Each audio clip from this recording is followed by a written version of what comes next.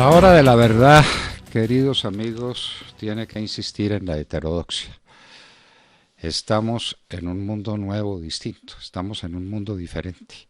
Nunca la humanidad tuvo que afrontar una situación como estas.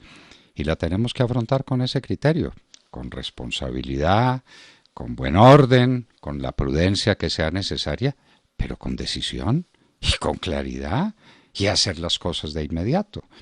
Por ejemplo, no entendemos para qué el gobierno nacional tiene que tomar la plata de FOMPET, de los fondos de prestaciones sociales de las entidades territoriales, en préstamo. ¿Cómo para qué?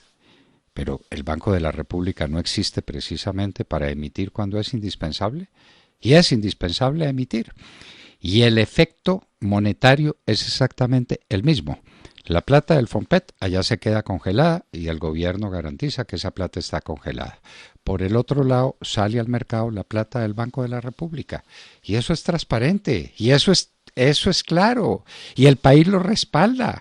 El país respalda todas las decisiones que se han tomado. Pero estamos en presencia de una omisión o de una ausencia que puede ser catastrófica. ¿Qué va a ser?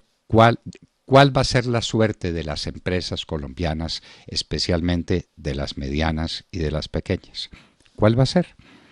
No, es que el gobierno ya expidió un decreto donde fortalece el fondo de garantías. Lo tiene que fortalecer en la cuantía que sea necesario. Sí, señor. ¿Y cuándo sale la norma que le permite a un empresario decirle al banco, présteme, contra todo el rigor del análisis bancario, présteme plata en estas circunstancias? ¿Por qué decimos que contra todo el rigor del análisis bancario? Porque ningún banco sano de mente le presta plata a una persona que ha tenido que cerrar su empresa, que no está funcionando y que no sabe cuándo va a volver a funcionar. Entonces, el banco dice, señor, de acuerdo a mis esquemas mentales y de acuerdo a mi organización, para responder por la plata de la gente, yo no le puedo prestar plata a usted. Y viene la catástrofe. ¿Eso qué lo resuelve? Que el empresario le diga, señor, vengo a pedirle plata prestada con el respaldo del Fondo de Garantías del Gobierno Nacional. Y un fondo de garantías que respalde créditos a un plazo suficientemente largo y con una tasa de interés suficientemente baja o con ninguna. ¿Eso cuesta plata? Pues claro que les cuesta plata. ¿A quién? A toda la economía, a la economía en su conjunto. Entre todos tenemos que pagar el rescate de las empresas. Y eso va a suponer probablemente una emisión del Banco Central y probablemente una presión inflacionaria y seguramente van a subir los precios temporalmente, seguramente, y vamos a tener una situación nunca antes vista, porque es que el fenómeno que estamos enfrentando es nunca antes visto. Teníamos dudas sobre ese particular. Hablamos con una excelente abogada laboralista, la doctora Escandón, que nos dice los empresarios no pueden echar la gente a la calle. Y si suspenden o dan por terminados contratos de trabajo, le tienen que pagar la indemnización correspondiente al trabajador. No pueden dar por terminados colectivamente los contratos de trabajo a la vista del coronavirus. Muy bien, entonces ¿qué hace el empresario? Seguir cumpliendo. ¿Y con qué si no tiene ingresos? ¿De dónde saca recursos? ¿Cuál es su flujo de caja? Igual a cero. Ahí es donde el gobierno tiene que intervenir, donde la sociedad entera a través del gobierno tiene que intervenir y romper los esquemas de la heterodoxia y decir, señor, a ese empresario se le da el dinero necesario para subsistir y a un plazo suficientemente largo que pueda pagar después de mucho tiempo y a una tasa de interés puramente nominal o ninguna tasa de interés. ¿Que eso representa un costo? Sí, señor. ¿Que lo paga quién? Toda la sociedad colombiana. ¿Vamos a salvar o no vamos a salvar nuestras empresas? Pero eso de decir es que lo refinanciamos y entonces usted ya no paga a 12 meses sino a 20 meses y entonces la tasa de interés se la rebajamos en 2 puntos. Dice el empresario, no puedo. Bueno, o está bien que me refinancie la plata, pero la otra que necesito, la que necesito ya para seguir viviendo en momentos de una crisis absolutamente excepcional? Ah, no. Hasta ahora la respuesta es, lo estamos estudiando. Estúdienlo rápido, decidan rápido y con sentimiento de heterodoxia.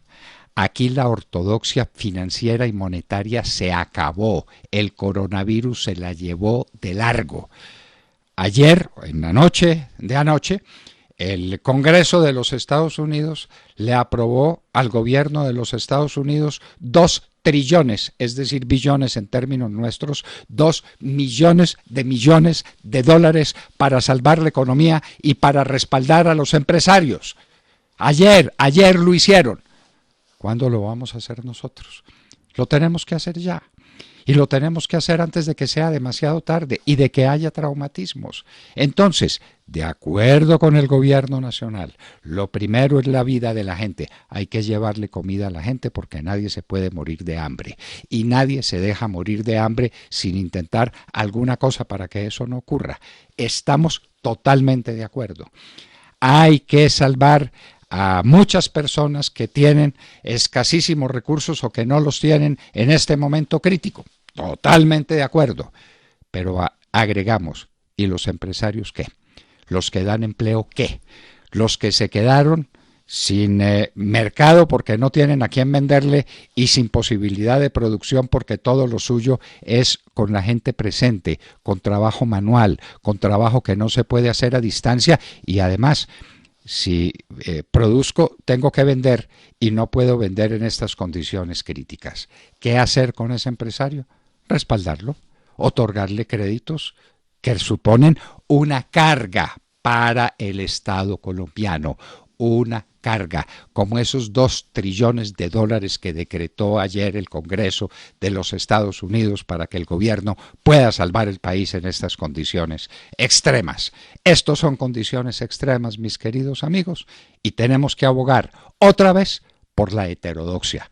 Al diablo el rango meta, al diablo la disciplina fiscal y la regla fiscal, al diablo todas las categorías mentales con las que hemos trabajado hasta ahora.